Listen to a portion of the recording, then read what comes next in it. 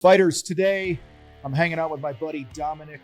We're going to dig into strategy and how to be a more strategic contractor as you go into 2024.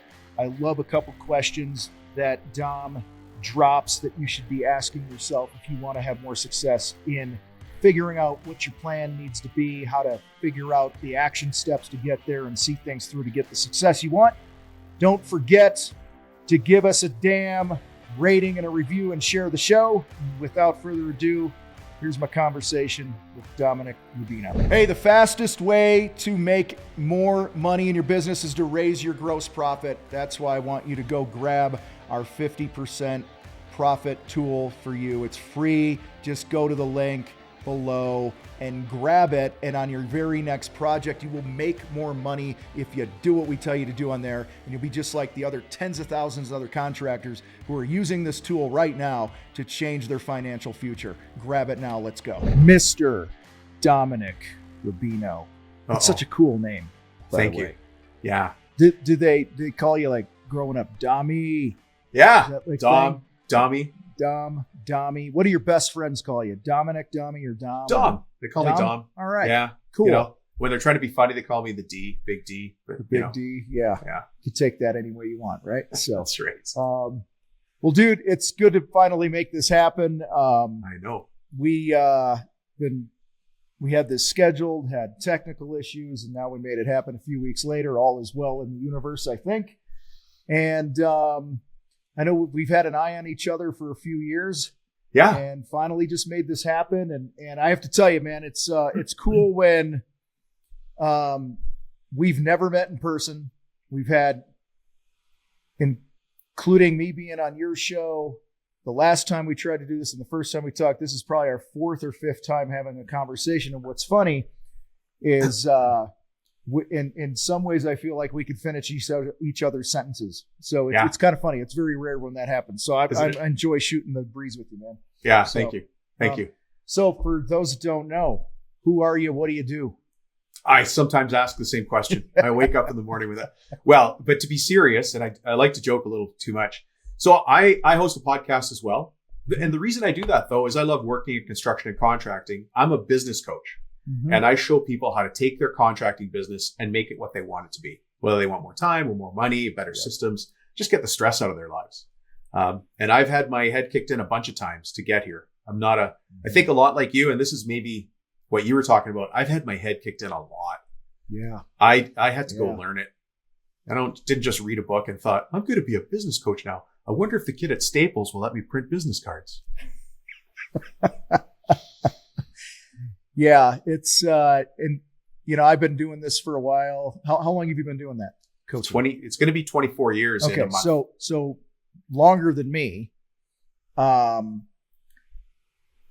think I'm going on 13, 14 years. Yeah. Right in there. About 14, I think. Just in the last 5 years, doesn't it seem like there's now like 40,000 business coaches? Oh, everywhere. Like it's just crazy, right? Like it's and it is what it is. It's no different than, you open a hot dog stand, you're making money selling hot dogs. Somebody opens a hot dog stand. Another hot dog stand. So whatever. But so where do you live? I live up in Canada, Vancouver, Canada. So just like I'm so close to Seattle. With a bad attitude and a good arm, I could hit the stadium. It's close. But that being said, my last two companies, which spans over the last 20 some odd years, have all been American companies. So happens that I live up here. And what were those? So here's the entrepreneur side, Tom. There is no handrails in my life. If this is going to be a long, complex story, I'll shorten it down. The first company that I had that was of any significance, I started selling used junk on eBay. Mm-hmm. That was going so well, I turned it into a used online bookstore. That was going so well, I turned it into a mail order pharmacy. And so by the time I sold that, sales had gotten to 120 million a year. And then I sold that. It was a family business. So have you ever dealt with family business partnerships? Yeah. Yeah, those are easy. Yeah. Piece of cake, man. Piece of cake. No drama, no stress, no weirdness, no awkwardness. But we did really well in that business. And obviously when I sold, these were good days, dancing through the streets. Then I ended up becoming partners with Brian Tracy, who's an author in the world of business, very similar to what we do now, but he's back in the 70s and 80s. OG. Yep. OG, right? Very OG. he had started a franchise, a business coaching franchise. This is where it starts to sound like ostrich farming. Do you know the business model for ostrich farming? I don't, but it's just funny because I've never heard that. So yeah. fill me in, man. So the only people that buy ostriches are people that want to start an ostrich farm. And when you start an ostrich farm, your biggest buyers are guys that want to start another ostrich farm. That's ostrich farming. I love it. So well, that's funny because as you know, like people that sell, and this is not everybody because there's some that do it right. Okay. There's some that do it right. And I want to be very clear on this. And I've actually worked with them, but like one of the easiest markets to make sales in the coaching world is sell how to coach to other people that want to be coaches. Right? Well, isn't it crazy? Like it's nuts. So you didn't let me finish my story because I'm about to jump right into that. I'm sorry. No. So this is the ostrich farming though. Yeah. And I do have to say it's a fantastic organization. Mm-hmm. So I became business partners with Brian Tracy. He had 6 franchisees. And it took me a couple of years, but I built that up to 237 franchisees all around the world. We had coaches obviously throughout the States, Canada, Brazil, Europe. I don't speak any Brazilian Portuguese, but we had coaches down there. Solid crew down in Brazil. Yeah. Solid crew. So I sold how to run a business coaching business typically to executives who had left corporate and wanted to start their own thing. Anyways, once I sold that company, I didn't want to travel anymore. I've been a road warrior for you're a road warrior when 2 things happen. Number 1, the valet at the hotel invites you to his birthday party at his house. That's clue number 1. That's when it's flickering in your ear. And item number 2 is when you are a regular in Terminal 2 in the Phoenix airport at the, what was it called? TGIF. I was a regular in that airport. Yeah. Yeah. I thought you were going to say when the TSA people all give you birthday cards. Yeah, I didn't get to that level. So I started the podcast because I'm a good public speaker. I could speak at trade shows and conventions anywhere, but I don't want to travel anymore. Yeah. Yeah. I hear you. And, so your show, talk to us about your show a little. What's the name of the show? Well, I've got 2 shows. Okay. Because why have one, right? So that's I've got, and I know you've got a bunch of different properties as well. Yeah, we got something that's going to be coming out here to the world here pretty soon that I haven't opened. Are we busting it? Are we busting it open today? No. But what is it, Tom? Coming. I need to know. It's coming, man. Okay. It's an ostrich farm. So.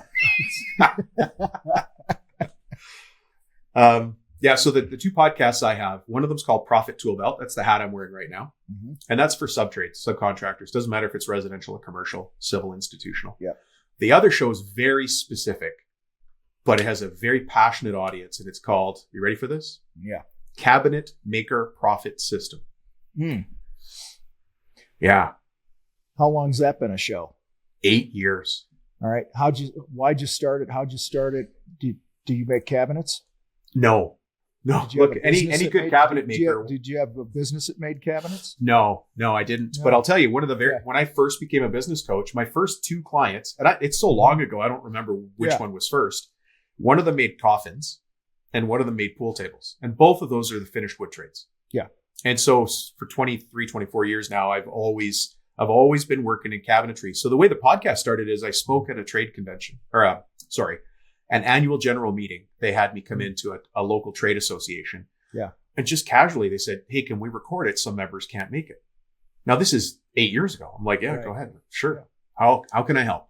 Yeah. And so they gave me the recording and I'm like, I could do this. And there's this thing called podcasting. Podcasting? So I started podcasting from there. I love it. So this is interesting. And I want to point this out because you're a guy, and this is going to tie into what we're talking about today. We're talking about strategy here a little bit. Mm. But what I love is you've had a couple nice runs with, the podcast and businesses and this and that, and things that you had no experience in. 0. Okay. And that's, I remember there was a time where I was like, if you didn't do the thing, you can't run a business doing the thing. You know what I mean? A lot of people think that. Yeah. And they think it's about the craft knowledge and the skill sets of the trade and all those things, which are incredibly important. I get that. I'm not ripping on any of that. But I think it speaks to the fact that, we see a lot of guys, you probably saw it in the franchise world, like people that just they were a business person first, right? 100%. And it didn't matter what the thing was. They could plug and play whatever it was because that's you, right? That's me. Yeah. You know what I have to add to that though, is that maybe where it started for me was back in college. Mm-hmm. And I ended up buying a franchise. And some people are going to hate me for this. I was a student painter. I had a student painting franchise. Yeah. I actually didn't know it was a franchise until halfway through the training, they handed out forms we had to sign. Oh, And wow. it was a franchise sign up form and here's the commissions. But it did something important for me. I realized, and they position it like this: you're running a business. This is the business. This is the business model. This is how it works. This is how we estimate. This is how we make a profit. Mm-hmm. Oh, by the way, we paint houses. I'm like, all right, sounds good. Let's do it. I wanted to be better because my first company was a Christmas light installation company. And I think the first year I made $26, maybe 23. And I probably did the math wrong. I probably made nothing. I love it. Yeah. I love it. So I needed the paperwork, man. I just wanted the systems. Like I've always craved systems. So systems is one of those words that gets thrown around a lot.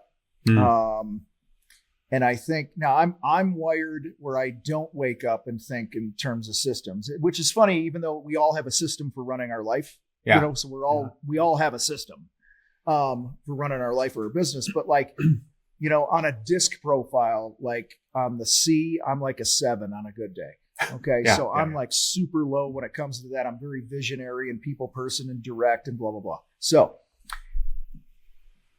where do you see people complicating systems, especially in the contracting world? Do you know what I mean? When it comes to overthinking it. Yeah. Yeah. I could take it. 100% overthinking it. Mm-hmm. And then I would have to say not taking action on just one little thing. So overthinking it. And then, do you use the term analysis paralysis? Mm-hmm. Have you ever heard of that? Like you've got so much information in front of you that you just shut down. It's happened to me. Nothing. Yeah. You just do nothing and you get through a day and you're like, I didn't do anything today. And then you do the next day and you're like, you know what? I'm really good at, for me, I've been a framer. I did light home renos. I did painting, a couple different painting cuts. So get back on the tools. You know what? I'll just go do that soffit. The guys aren't going to do the soffit. It's going to take a bunch of time. I'll just go do the soffit because I'm good at it. Well, now I'm just escaping the business side. And so I had to learn to simplify things to like a ridiculous level because I'm not a smart I was in college for 7 years and I'm still not a doctor. I was on academic probation the whole time. And you know what academic probation means? Hey kid, you get a letter. It says, hey kid, we got to make room for a smarter one. Like you got to go. Yeah. Yeah. Yeah. So, all right, we'll come back to systems in a minute. This time of year, everybody's like thinking ahead to the next year, right? 2024. Right. When I say the phrase strategic planning, what does that mean to you? Everything as an entrepreneur. You could not take that away from me. I would not allow you to take that away from me. Maybe if you're a communist, you could try, but we'd have a different conversation. Yeah. But at the same time, if you push me out of an airplane and said, go start a business, you don't know where you're going to land, the first thing I would do is a strategic plan. Okay. And how do you keep that simple? Follow a system. I'm not the guy who's going to make the system, but find a system you believe in and follow it. And I'm not sure if you're a fan of Traction, the book Traction, Get a Grip by Gino Wickman. Yep. Yeah, love that book. Mm-hmm. There's actually two out there that compete with each other. There's Traction, which is good for our trade, good for the trades in general. Yeah. And then there's another one, if you get really big, you can go towards the Rockefeller Habits by Vern Harnish. That's actually where I started. That $120 million business, we built that on Rockefeller. But everything else I've done, everything else has been on Wickman's Traction system, and I love it. The average contractor doesn't have a big leadership team, doesn't have, people that are familiar with this stuff. So what do you tell the person doing $1 million a year, who's might have an office manager and does all the sales themselves? He's got a PM or a couple crew leaders in the field, and you go, okay, dude, you need to do strategic planning for 2024. Yeah. What does that look like? Well, first, I'm going to walk them through it because they haven't done it. And I mean, I'm not overstating it. I do it every day where I'm working with somebody on their strat plan. But the value to the business owner is probably the frustration they felt for years is how do I get everything out of my head and onto paper? Yep. And so usually what I'll say is it's going to be like we take a USB key, those thumb drives. We're going to stuff it in your ear. I'm going to download everything from your head onto that USB key. That's a 1-page plan. Yeah. And that's going to become our boss. Now, none of us want bosses. That's why we do what we do. But when we have the whole company laid out on one piece of paper, as we go forward in coaching, we're going to be able to shoulder check. I'm going to use the name Tom. Tom is the client. What did Tom want us to do back on November 8th? Oh, Tom said we got to focus on this kind of client. Tom said we had to do job costing. Tom said we had to do tracking. Tom said we needed a sales process or script. Let's go put that in place. So whenever we feel like we're going off the rails, we just shoulder check, just an easy shoulder check. Go check that one piece of paper. Yeah. Yeah. It's funny because I think I see a lot of people create a plan or a map. I like the word map, right? Yeah. And then they drop the ball on the execution because they're just not consistent with stuff, right? Like I think it's more of an execution issue than it is a planning issue. Yeah. And so, for example, I did a 2-hour training for our group this morning in Battleground, and I put a picture of, I went to Google and I put directions to Boise, Idaho. And I'm in Colorado Springs. And I took a screenshot of the Google map and I put it up on the screen for everybody. And we're kind of laughing about it. I said, guys, what's the first thing that you need to know? If I want to get to Boise, what's the number one thing you need to know? Where are you now? Yeah. Right? Like it's just, and then once I can tell it where I am, Colorado Springs, it was funny on the side of Google, it gave specific directions how to get there. From your house or your office. From my house. And so that, to me, it's no different with planning for your business is identify where do you want to go. Mm-hmm. And we spent a lot of time on this, like getting mega clear on what you really want. I don't think most people go deep enough and they say things they want based on what they think others are going to think. Or they saw a movie. There's peer pressure in their coaching group of all these other guys and what they have. And you feel like you have, that was me. I was in a group where I felt my goals had to be like everyone else's goals because I wasn't confident in my own self at the time, whatever. But what's funny, this is why people will say, I need somebody to hold me accountable, right? That is the phrase that just burns me because I'm like, dude, you identified the target. Mm-hmm. You laid out the plan to get there. So you created the plan. Why would you need to be held accountable to something that you fucking created yourself? You know what I mean? And yet it happens. And yet it happens. And can I tell you my answer to that question? I'd love it. It's the accountability that might be different because you and I have a different internal driver. Mm-hmm. When I put a plan in place, and this is where I'm not joking, that plan will come to life. I will make that happen. Am I going to hit obstacles? 100%. Give me an obstacle. I'm going to go over it, around it, through it, or I'm going to redefine it, or I'm going to ignore it on purpose, but I'm winning. I don't care. I will win. That's my plan. It's going to happen. See how my voice changed? That's the internal Dom. You hear me joking a lot. Yeah. I'm dead serious and I'm hard on myself. Your body language, your tonality, everything changed and you could tell it was important to you. So it's darn important. Yeah, man. It was like, this is going to happen. And guess what? I'm going to hit bottlenecks. And guess what my answer is? Bring it on. Good. You want to bottleneck me? Go ahead. Let's do it. So we were talking about this before we hit record. You said you have 2 questions. Yeah. Strategic planning questions. Yeah. So not everybody's ready for a strategic plan. It sounds daunting. If you don't have a guy like me or you to walk, like you or I to walk through it, you're like, I don't know where to start. Mm-hmm. So you can't do this if you're driving, folks. Yeah. And if you're walking your dog, don't write it on your dog. Yeah. But I'm going to ask you 2 questions that are the easiest way to start figuring out your own strategic plan. And you're going to hear what I do in this exercise and it's going to blow you away, but they're your answers, not mine, not Tom's. Mm-hmm. Right? The guys like Tom and I come along to help you stay on path to get them done. Can I give you the questions now? Let's go. So I'll say the question out loud. It's going to be followed by ... That means I want you to write 3 things, folks. Here's the one kicker, just one little kicker. Don't think. Just write what comes out of your gut. Okay. Just write. Okay. So here's the question. First question is coming up right now. In 2024, I achieved all of my goals because I ...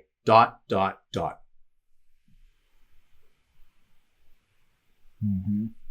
So I'm gonna repeat it one more time. The ... means I want you to write 3 things. In 2024, I achieved all of my goals because I ... So go ahead and write those down. Everybody's got their own answers, right? Mm-hmm. Part 1. Was that hard, Tom? No. Nice and simple, right? Nice and simple. So let's assume everybody's got that part done. Now we're going to do part 2. Now listen for the little shift. Same rules, same everything, same exercise, right? All right. In 2024, I failed to achieve all of my goals because I failed to ...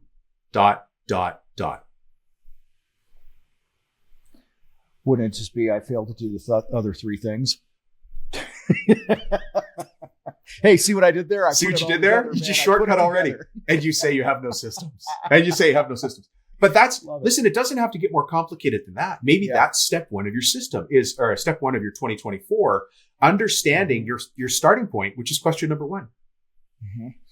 All right. So take it deeper. You're working with somebody, and they're a kitchen remodeling company. You ask them that question. What are some of the 3 things you've heard come back your way? I failed to get control of so in 2024, I achieved all of my goals because I got control of my numbers. Yep. Figured out my perfect customer. Mm-hmm. And number 3 is probably something to do with team. Yeah. Right. Had people I could trust so I could leave it, because I could walk out and do an estimate. It's different for everybody. Yeah. In some cases, family becomes important, right? In 2024, I achieved all of my goals because I was able to take care of my parents to free up the time. As we get older, aging parents becomes a thing. So I don't want to put answers in anybody's head. Yeah. You have your own. It's important you have your own answer. Don't take what Tom and I said. That's cheating. And you're cheating yourself and you're cheating the legacy of your own last name. Write down what you really feel. So just to break this down the way I'm thinking of it, these 3 things, we probably do similar things, different terminology, right? Sure. So it's whatever. One of these things might be get control of my numbers, right? To me, that's I want to talk a little bit about maybe what you think here, how you define a strategy versus a tactic, right? So when I've worked with people on like a marketing strategy, we'll just go to that lane, or a marketing plan, I usually try to encourage them to come up with 3 main strategies. So for instance, obviously you set a goal. I want to grow the company by $500,000 in this sector of the business in 2024, right? Sure. On top of what we're already doing. And then to me, the strategy has always been more of the overarching, what are we going to do? Mm-hmm. And the tactics are how are we going to do it, right? What are the things? So here's an example. Contractor fight. We'll just use that. Contractor fight. Our number 1 marketing strategy. I try to ask these as what if questions. Mm-hmm. I don't know where I picked this up. I probably read like 3 things, confused it all, and made my own thing. So, okay. Contractor fight. I go, what if we were the best educators in the industry? That's how I ask myself. And so from there, I go, that feels right. Okay. And it always has since day 1 in our company. How am I going to educate are my tactics? So I started the podcast. I have a YouTube channel. We're on social media. We do workshops. We'll do Q&A lives on YouTube or whatever it might be. Sure. To educate. So I always try to think, so when I've worked with clients, I'll give guys my 3, like if I could pick 3 strategies for somebody to market their business, it would be, what if we were the best educators in our industry? What if we provided the best experience that anyone's ever had with a company? Mm-hmm. And then the third is, what if I built my influencer list to 100 influencers? To me, an influencer is, I'm a painter, you're a plumber, you cut holes in walls, you need to know who I am. If I had 100 of you out there, right, I'd be killing it. And then I fill in the tactics. So to me, when you shared, you got the ... 3 things, my mind immediately went to those 3 things are strategic. Or are they tactical?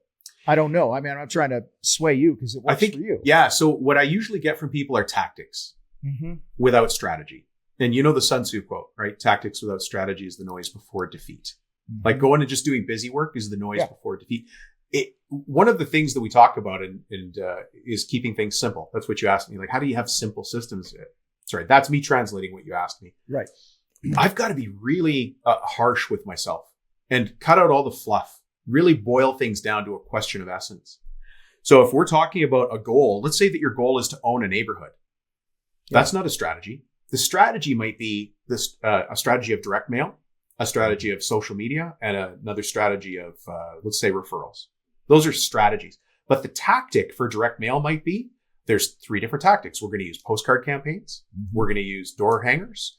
And we're going to do some other direct mail thing. I don't know why I'm drawing a blank right now. There's 1,000 of them. But that's the tactic. That's the actual do in the field. That's the moving the chess pieces.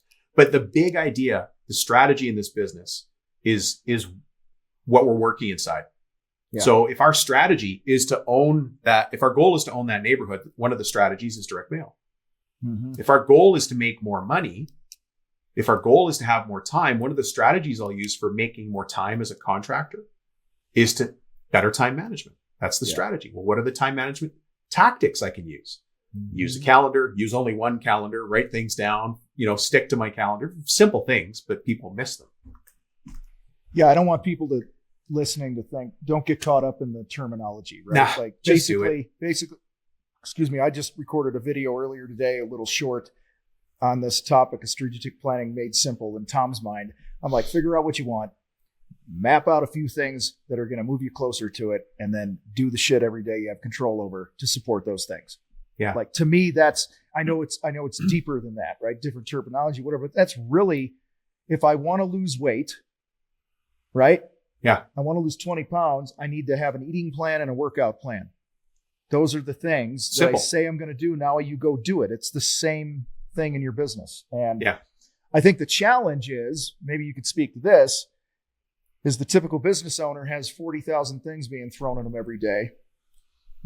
How do you not get overwhelmed with the whole strategic planning? How do you stay on task? How do you command your time? See, and that's where I think the accountability that people are asking of you and I comes in, because they know they're going to get pulled into a million little things that don't matter but have to be done. The not important, but urgent. And so the accountability when we're working with me or one of my coaches is, we're going to show up at let's say Tuesday at 2:00. You got to talk to us Tuesday at 2:00. Yep. And we're going to say, hey, how's it going with that thing you said you wanted to do? Because your life would be different if you did it. Yeah. And, it's not going well. Let's do it right now. Let's do it right now. Let's take a step forward. Oh, you got stuck? Here's another way to do it. But we're going to remember earlier I said, we're going to go over it, around it, through it, underneath it, or we're going to redefine it and make it work for me. So the key here is, again, I have to give compliments. If somebody's listening to your show, they're in the pack of leaders. Oh, I think anyone listening to your show, my show, anything like this at all is like in the top 0.5% of the world or whatever. Yeah, tiny percentage. Tiny knowledge wise, and the accountability thing. Like, I think it. Here's why I think it rubs me wrong. I'm just owning my shit on my own show here. If I feel like I have to hold you accountable, to me, it's like babysitting. I'm not a good babysitter. Not at all. And meaning, if I have to show up to a call, I used to do tons of one-on-one coaching. Yeah. If I have to show up to the call remembering what you were supposed to do, that's immediately an issue for me. Where I get coached, and when I get on with my coach, we get on the Zoom, and I'm like, all right, man, so here's what I've been doing. Oh, you bring the agenda. I bring it based on what I said I was going to do the last time. So it's just I totally get where you're coming from, because I've had coaches in the past. My first coach, I knew we were talking on Wednesday at 11 a.m. My old business partner and I would be jumping through hoops that morning to get our shit done. Oh, it's the worst, right? Okay, so I get it. Yeah. It's just, I think I see, boy, we're going to get possibly deep and really ruffle feathers here. I think it's a bigger societal issue for me. I think people expect other people to do the work. They expect to push an easy button. I mean, dude, I could grab this phone and ask it any question and get an answer. You know what I mean? And I just think it's you see people that they listen to a podcast, they join a coaching program, they go to an event, and they think shit's just going to get better just because of that. And so I think for me, it's a bigger societal thing of, and I think social media, as much as I love it for our businesses and building the brand, I think it shows entrepreneurs and business owners unrealistic timelines for things, because who do we highlight? We highlight the guy that never did anything in business his whole life. And he wakes up one day, says, I'm going to start this business. And 7 months later, he sells it for $1 billion. And everybody feels like shit because they've been doing this for 12 years. You know what? You're 100% right. So, even my opening stories. Oh, I did this and I did that. Well, that doesn't tell you the times I was soaking wet in the rain, installing Christmas lights on cedar shake roofs with my dad's aluminum ladder with a staple gun. I'm going to die. Right. I'm not an electrician. I'm stapling electrical lights in. Right? How many times have you done? I washed my hands with gasoline because I knew that thinner was more expensive. And how many times has other people been in that situation? They're like, I don't have anybody to do the rafters. Stories. I remember being on a shake roof in November. I don't know, it was the spring. I just gotten out of the Marine Corps working for my uncle. I was on a shake roof and I had to couch cushions. I had to do a pressure wash of this shake roof. And it was like it was like 14, 15 feet in the air, but it was like real wavy. They called it the mushroom house. If you guys live in Glen Ellen, Illinois, you know what I'm talking about. Okay. And it was like this mushroom roof. It was just really weird. Curvy. And I kept sliding off and falling into the bushes because my shoes went. So my uncle pulls up 2 hours later. I'm up on the roof in bare feet. It's like 40 degrees out, pressure washing this roof. And I got splinters and blood in my feet. Right. Yeah. Or the time, like you could talk about all these, the time that I rolled up for 3-4 nights in a row and rolled up in a drop cloth on a job site, waiting for my patches to dry. I did the same thing. Yes. So, I did the same thing. So the police came that's in. What I mean. That's what I mean up. with, I think, so it's all these things that feed to my accountability issues. You know what I mean? It's like, and I also believe, God, I didn't plan sleeping in your drop cloths. I thought I was the only one. The police, God, I was in a hockey rink parking lot. Mm-hmm. And they came and knocked on my van. My van was horrible. 77 Dodge Tradesman, painted by myself with my roller. Oh, I love it. But you know what? You're right though. Social media looks like it's easy overnight successes. And here's my approach to coaching is this: it's not going to be exciting all the time. Yeah, we're going to show up to the coaching meeting, but we're going to hit singles every time. Don't expect to hit home runs. That's not realistic. The same thing is when you go to the gym. I love going to the gym. I live for going to the gym. Not every day is glamorous. Some days you're just doing the work and you're like, this sucks. It's dark outside. It's raining. Nobody's here. This isn't the music I like. You know what? Suck it up. Yeah. Do the workout. Yeah. I've found for me that if I don't have massive clarity around what I want, then doing the work is going to be an issue. That's why the strategic plan exists. Exactly. So coming full circle here. So for those people that are like, I just need to be held accountable. Well, maybe you just need, like you said, the right plan, the right objectives, the things that are going to fire you up and get you out of bed in the morning. We just came back. We were in St. Louis last week, our core fight team. We did our strategic planning for the next couple of years. Right. So that's why this topic is fresh for me. And it's funny because it'd been a while since we've gotten together and done it. And, you know, my CEO, Neil, he even called me out prior to, he's like, I think you've been a little stale this year, man. You know, and it's funny. We get back from our strategic planning and my boots hit the ground Monday morning with some, you know, new juice, just realignment of everybody's roles and where we're going and this and that. And I've been on fire. So there's power in that plan, right? Yeah. There's the plan also makes decisions for you. It's kind of like as a football coach, I don't know if you know this, you probably know this, but like when they go for a 2-point conversion, there's a chart. Right. There's a chart that, and you have this meeting on Wednesday of game week of what situations are we going to go for 2 and not go for 2 if it's tied and we're on the road. You have a cheat sheet, just like you and I talked about. There's a cheat sheet. They're making the decision, right? Before they're in the emotional element of it. Right. The decision. That's what the strategic plan is. When here's my plan, and then the next flavor of the month marketing guy knocks on your door, you can go, this doesn't fit our plan this year. Yeah. It's or this quarter or this quarter or whatever it is. So thanks, but we're staying the course. Right. And it keeps you from swirling out on everything. That's called running a business. That's what big boys do. And I know I said that and some people are going to be offended, but if you want to run your business on purpose, You absolutely need a strategic plan. Do you know the reason I became a business coach? I don't think I've ever shared this before. I don't know. I sucked at business. Mm. Like I could fail like nobody's business. I could outwork anybody, but I wasn't getting ahead. And I was just going through the motions. I'm a business owner. I have business cards. I do this. I got a logo for my truck, blah, blah, blah. Yeah. Couldn't make a dime to save my life. I had lots of referrals. People loved me. Broke. My girlfriend had to come pick me up from a job site because that 77 Dodge Tradesman broke down. She paid for dinner and it was our anniversary. Just so you know, we are no longer dating. Like I'm the epitome of loser, right? And so I thought, I got to change things. My uncle, I used to be a framer for my uncle. And so he was a business guy, an Italian guy, stringing Italian words into English words. We're not talking about college graduate. You got to go talk to my accountant. Because I was complaining to him, I couldn't get the business right. His accountant said, go read the E-Myth. Go read Robert Kiyosaki. Go listen to Jim Rohn. Go read Brian Tracy. Little would I know, one day I'd be Brian Tracy's partner. Yeah.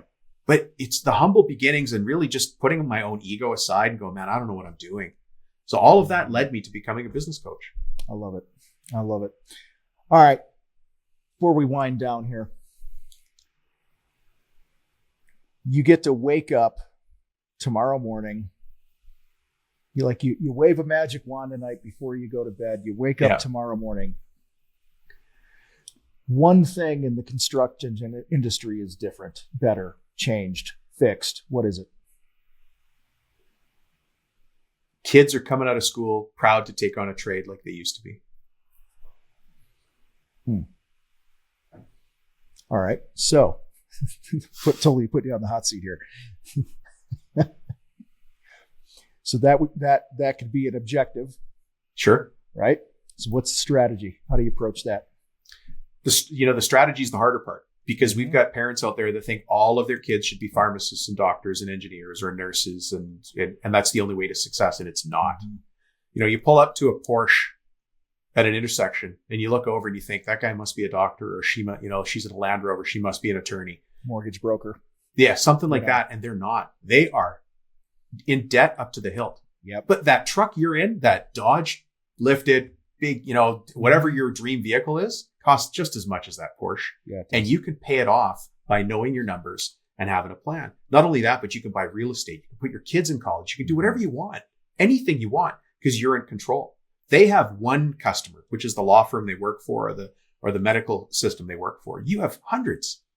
And so if one client doesn't like you, no big risk. You've got 99 other ones. We have the power as a business owner that nobody else has because we can have multiple clients. So I need to go back and change the attitude of the people at the kids that like to work with their hands, but get told you need to be an engineer. Yeah. Yeah. That's, I think I've shared this with you before. Like our mission in the fight is super short and punchy. It's strong you, strong home, fat wallet. I like it. Okay. Yeah. Because that supports our vision of creating a world where construction is no longer viewed as a fallback option. That's our vision. And so I believe it's funny, like we're aligned on so many things. I think if you're stronger, if your home life and relationships are stronger and your financial situation is stronger, you're more attractive and people want to be in on it. Yeah. And that doesn't fix the whole thing, but I think it starts because what do kids see now? They see an uncle or a brother or a dad or sister or whoever's that's in the trade that's broke, tired, and dirty, like I saw my whole life with my dad. I'm like, why the hell would I want to do that? Yeah. So I just think it's our role is that's why you do what you do and I do what I do is teach these guys about money, teach them how to communicate better, teach them how to build their brand, teach them how to have confidence in this and that so that they could be more attractive. You want to recruit better people, be better yourself. Have a stronger business, right? This just fixes everything, dude. So I was just curious how you would answer that question. You wake up tomorrow morning, and I'm not surprised at your answer. There's a Chinese saying, ancient. I'm going to call it ancient because I don't know how old it is, right? If you want to plan for a year, you plant wheat. If you want to plan for 10 years, you plant trees. But if you want to plan for generations, you educate your people. And I want to change the legacy of people's names. That's what I do as a business coach, I change the trajectory of their last name because I'm teaching them things that one day I'm going to be gone. Once I'm dead, I'm just trying to make a big impact now, man. Yeah. But somebody's going to take something they learned from me or from you, and they're going to teach it to their grandchild. And that kid one day is going to be sitting in a high school cafeteria with their friend and say, oh, I just started this app and I don't know what to do. And your grandkid's going to go, my grandfather, Tom, always said, keep it simple. And they're going to quote you on something wise that you said. That's where you live. You don't live in a tombstone. You live when your grandkid passes on something you taught. That's what you and I do. We're trying to pay that forward. I love it, man. I love it. And we have plenty of opportunity to make impact. That's one of the things I love about the trades, man. You got new guys coming in, starting a gig every day. Even in bad times, the number of businesses that are started are great because guys get laid off and they go, I got to do this on my own now, right? So they try to figure it out. And so, and that's why we always ask you guys, whether it's Dom's show or my show, share the show, right? Right. Give us a review, help more people see it. We all want to build our own unique businesses. We get that. Every one of us does. But, if we're all after the same thing, there's plenty for everybody, you guys, and not everyone's a fit for me or him or whatever it is. So it's like, the important thing is people get the help that they need and they fix their shit. So, I mean, it's. And listen, you might not be needing to listen to a show about construction business improvement. Maybe you got to go work on yourself. Maybe you got to get to the gym, drink more water, stop smoking. I don't know, but go fix that. Dude, I'm all for that. I'm not giving up my meth. It ain't happening. All right. So I'm just telling you. I don't have a lot of addictions, Tom, but I'm committed to the ones I've got. I love that. That's awesome. Well, dude, where do people find you? They want to learn more. Well, if you can't find me, you ain't looking, or you might be misspelling my name. Yeah. But, LinkedIn, Dominic Rubino. I've got the 2 podcasts. Profit Tool Belt is the easiest one to spell. So do that. Take that shortcut. But if you're in the cabinetry trade or architectural millwork or any finished wood trades, listen to the Cabinet Maker Profit System podcast. It's a long name. Just type Dominic Rubino. Where do I find him? And you find me. There is a kid who's a wrestler. Young, strapping kid, college wrestler. That's not me. Never was me. You. Okay. Never was me. No confusion there. No, don't reach out. Just type in Dominic Rubino podcast. You're probably going to find him. Probably. So here you go. Well, dude, I appreciate you making this happen. And, great job. It was good connecting, talking with you. Guys, give them a follow on socials and listen to the show. Give us a rating and a review. And we will talk to you all next time on The Fight. I'm out.